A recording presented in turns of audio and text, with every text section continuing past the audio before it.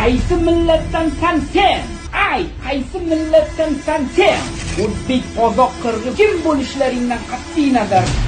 Ijtimoiy tarmoqlarda Abdulloh taxallusi bilan tanilgan Toshkent viloyatida yashovchi 26 yoshli shaxs 2024-yilning oktyabr-noyabr oylarida Koreya Respublikasida bo'lib turgan vaqtida o'zining ijtimoiy tarmoqlardagi ommaviy sahifalari orqali millatlar aro nizo keltirib chiqarishi mumkin bo'lgan milliy qadr-qimmatni tahqirlovchi hamda diniy e'tiqodga ko'ra fuqarolarni kamsituvchi so'zlar bilan O'zbekiston Respublikasi fuqarolariga nisbatan qator haqoratli chiqishlar qilib borgan.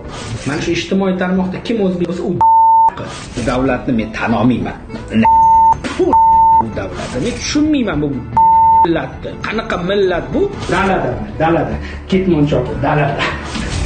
Uning chiqishlari ijtimoiy tarmoqlar orqali tarqalgach, jamoatchilikning keskin noroziligi, e'tirozlari hamda ko'plab muhokamalarga sabab bo'ldi. Bu gaplar uchun javob berasan hali. O'zbekiston seni yuvib katta qildi. Nima deyapsan sen chiqib olib? Senlar deyapsan, sen o'zbeklar deyapsan. Butun millatimiz. Sen vatanning nonini tuzini yeding va tupuryapsan ana shu tuzliqqa. Sani qilgan ishingga o'zi sen bilan gaplashishga o'zi aslida noloyiqsan. Bir marta emas, 10 marta, 100 marta video chiqardi so'kinib. Abdulloh Hazrat deb yozib o'rgansan. Qilgan ishing eng razil, eng yomon ish. Qonun oldida javob beradi, keyin kechiramiz. Bundag'iga bu yigitni men gaplariga ishonmayman.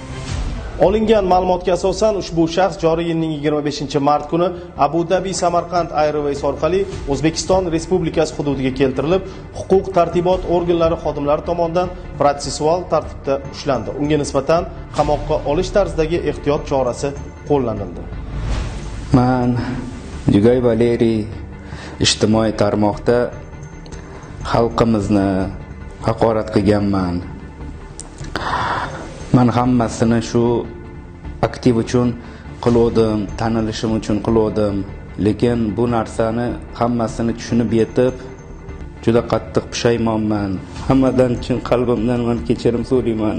Juda qattiq pushaymonman. Iltimos qolaman, meni kechiringlar, iltimos xalq. To'g'ri, mana ijtimoiy tarmoqda qilmagan ishlarim qolmagan. Aktiv uchun men davlatimizni, xalqimizni, millatimizni haqorat qilganligim uchun juda qattiq pushaymonman. Va mana shu mehnatkash xalqimizdan shuni yurakdan kechirimni so'ramoqchiman.